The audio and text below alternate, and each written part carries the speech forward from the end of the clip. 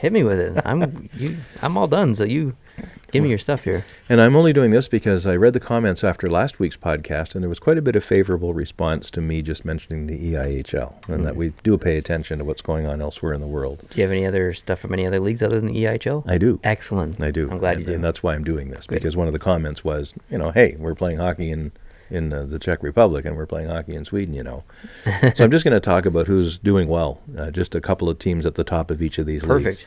In the EIHL, Nottingham is first place with 19 points, but you've got the Cardiff Devils, let's say. They're in fourth place. They have 16 points, but they've played 7 fewer games. Yeah, we've talked about this last podcast. It's crazy. The game differential in the EIHL right now is a bit wonky. It's really wonky. The Cardiff Devils have played 9 games and have 16 points, which is amazing. The Nottingham Panthers have 19 points, but they've played 16 games to get those 19 points. So I'm going to be watching this closely throughout the season. You almost have to do it in a winning percentage standings way. You almost have to, especially early in the season. Yeah. The Belfast Giants are just behind and tied with the Fife Flyers with 18 points. So those standings are definitely going to change in the next couple of weeks. The Liiga in Finland, Karpat is in the lead by a bit of a stretch with 40 points, and Turku is next with 35. What they do in the European leagues, or most of them I'm looking at here, is they give 3 points for a regulation win, 2 points for an overtime win, 1 point for an overtime loss, and 0 for a regulation loss. There's 3 points available in every game, and the teams either win them all or split them. I like that system. I love it. But I think you're not going to, with that system, you're not going to see games coming down to the last, or teams coming down to the last games of the season trying to get a wild card spot in the NHL. I think the playoff standings would be determined, or playoff matchups would be determined like 2 weeks before the season ended, because there'd be that much more of a gap in between each team. I think there would, and I like gaps. There's nothing wrong with that. It would be interesting to try it. And I think the individual games would be more exciting if a team knows it's a 2-2 tie and there's a minute and a half left in the game, and one team needs 3 points and 2 points aren't going to do it. Exactly. They're going to pour it on. I agree. And I think it's going to make for much more exciting games. And if teams had more to gain from winning in regulation than at any other time of the game, then they would try harder for it. Definitely. So I'm really hoping that spreads to this side of the ocean. That would be great.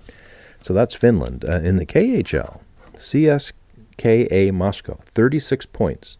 And Jokerit, Finland, is right behind them with 35. Oh, nice.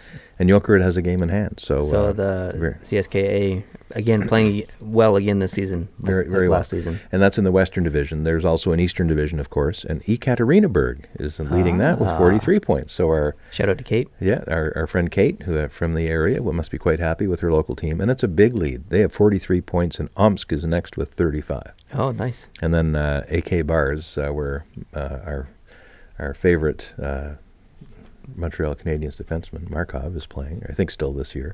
They're right behind with 34 points. Cool. So, yeah. In the Czech Extraliga, Sparta Prague, 28 points. And Mountfield and Litvinov are tied for second place with 26 points and a game in hand. In the DEL in Germany, it's Adler Mannheim, 33 points, and Munich next with 30. In the SHL in Sweden, Linköping's 26 points, Malmo 1 point behind with 25, and Djurgården's 23 points. So that's who's leading there.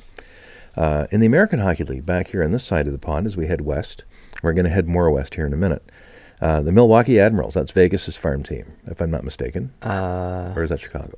No, I think it's Vegas. I don't think it's Vegas. No? Milwaukee is, Chicago's is the Rockford Ice Hogs. Vegas is the Chicago Wolves. Oh, right. Milwaukee is... Sorry about that, viewers. Oh, crap. I can find it out quick enough, because we don't want people to have to tell us in the comments. That'll just drive us all crazy. You look it up and tell me. I need to think about it. I'll probably give you some clues or something. Maybe turn it into a bit of a hockey quiz. Oh, geez, yeah, I know now.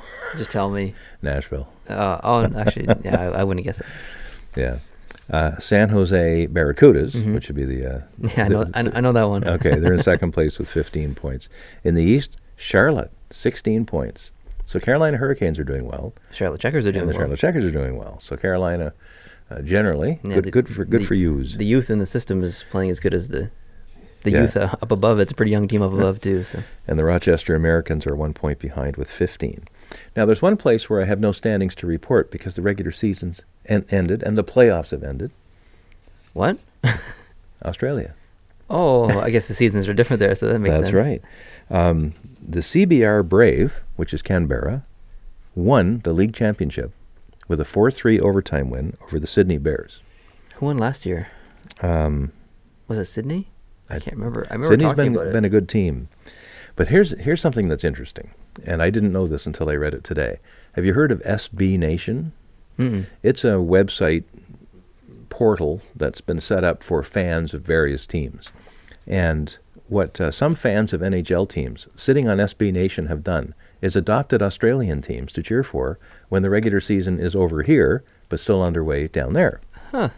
So there are 4 fan groups of North American NHL teams who have chosen and adopted an Australian team.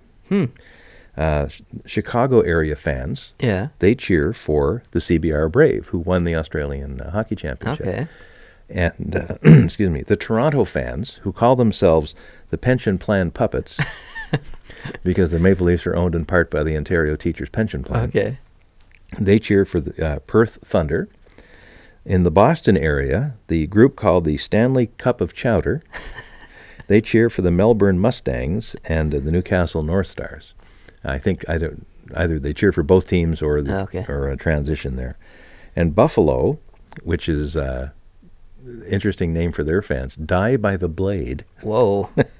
They cheer for the Sydney Bears. Hmm. So these 4 hockey fan groups from the NHL have, and they've done this by voting. The fans of that team or the fans in that fan room or group have actually had a vote. And I think, if I'm not mistaken, the Buffalo fans also voted to support the CBR Brave, but Chicago had already picked them by then, so they had to go to their second choice, which was the Sydney Bears.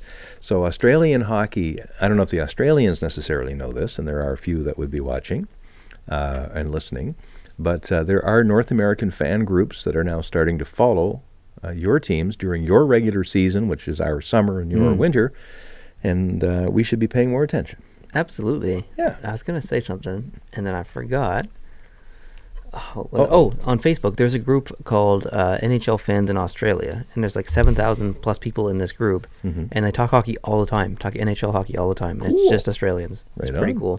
I was a part of it. They let me join, but then I was getting spammed with notifications of posts and stuff, so I had to leave, but I shouldn't have been in there anyway. I live in Canada. You can just turn those off, though, can't you? Yeah, but I want to know what's going on, and it was just too much, so... So you want to know what's going on, but you're knowing too much about what's going on, so you've chosen to not know anything about what's going on. Yeah, I need to know what's going on about 30%, and I was getting about 80%. So I didn't have a knowledge limiter on Facebook. So that's funny.